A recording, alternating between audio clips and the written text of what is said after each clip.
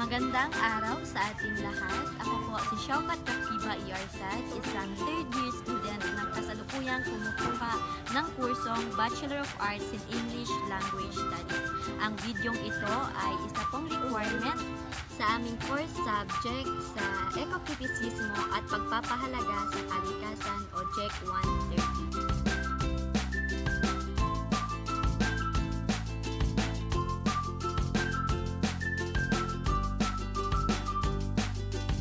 Pero bago po tayo dumako sa tula na aking ginawa, nais ko po munang magbigay ng iilang impormasyon patungkol po sa lugar na aking napili. Ang salitang Mapun ay nanggaling sa salitang Malay na maaf na nagkakahulugang kapatawaran. Kaya naman ang bayan ng Mapun ay kilala bilang lupain ng mga mapagpatawad. Ito ay kabilang sa 11 munisipyo sa Tawi-Tawi at ang pinakamalayo sa lahat. Kung titignan sa mapa, napakalapit nito sa Palawan at Malaysia, kung kaya't ang mga produktong pinagbebenta at kinakalakal dito ay karamihang galing sa bansang Malaysia. Ayon sa census noong taong 2020, ito ay mayroong 30,038 populasyon. Ang bayang ito ay mayroong 15 barangay at ang bawat isa dito'y sagana sa likas na yaman at kapayapaan. Sa 15 barangay na ito, ang Barangay Mahalu ang napili kong gawan ng tula. Sana po'y inyong maibigan itong aking munting handog. Ang tulang ito ay pinamagatang Ang Aming Dalawang Yaman.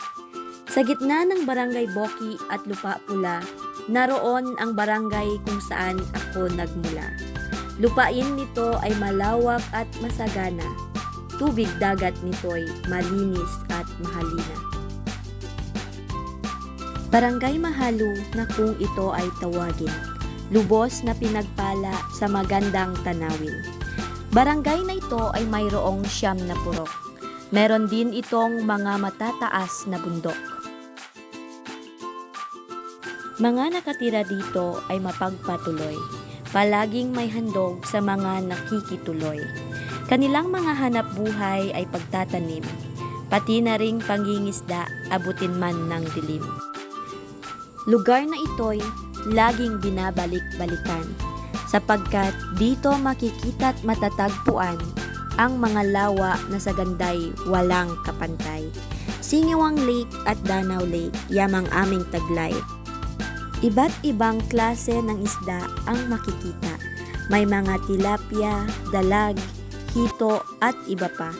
Meron ding hipon, alimango, susot, buwaya. Lahat ng ito ay mayroon ang aming lawa. Kaya naman, aking pinagmamalaking lubos at taos pusong nagpapasalamat sa Diyos sa mga likas na yaman na Kanyang binigay at sa mga pagpapala sa aming barangay. Hanggang dito na lamang po. Maraming salamat sa inyong pakikinig.